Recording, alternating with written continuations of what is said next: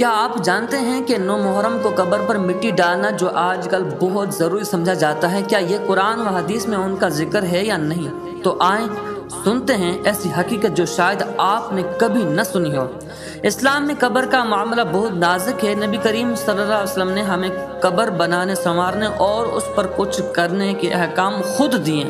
حضرت جابر رضی اللہ تعالیٰ عنہ فرماتے ہیں، نبی کریم صلی اللہ علیہ وسلم نے قبر کو 3 بالش اونچے رکھنے کا حکم دیا، اسے پکی اینٹوں سے تعمیر نہ کیا اور نہ اس پر کوئی علامت یا عمارت لگائی۔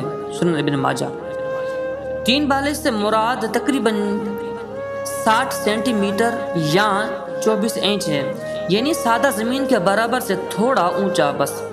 اب سوال یہ ہے کہ 9 محرم کو خاص طور پر قبروں پر مٹی ڈالنے کا یہ رواج کہاں سے آیا؟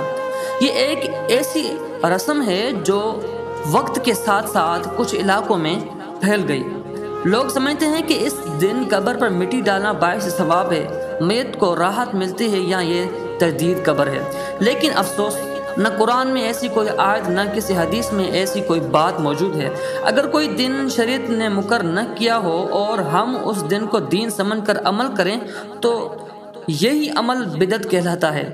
حضرت عبداللہ بن مسعود نے فرمایا کہ سنت کی پیروی کرو، نئی چیزیں دین میں نہ گھڑو، تمہیں مکمل دین دیا جا چکا ہے۔ صحیح بخاری اور مسلم کی حدیث میں ہے، نبی کریم صلی اللہ علیہ وسلم نے فرمایا، جس نے ہمارے دین میں کوئی نیا کام ایجاد کیا جو دین میں نہیں تھا وہ مردود ہے۔ یعنی 9 محرم کو قبر پر مٹی ڈالنا اگر بطور عبادت یا دینی رسم کیا جائے تو یہ مردود عمل ہے، یعنی اللہ کے ہاں قبول نہیں۔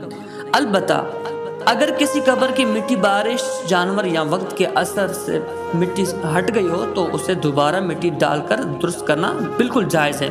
لیکن کسی دن تخصیص کے بغیر اگر 9 محرم کو اتفاقاً قبر کی مرمت ہو جائے تو وہ الگ بات ہے۔ لیکن اگر آپ 9 محرم کو خاص سمجھ کر مٹی ڈالتے ہیں تو یہ بدعت کہلائے گی۔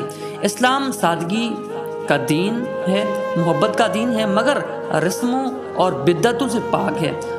آئیں اپنے عمل کو صرف قرآن اور سنت کے مطابق بنائیں۔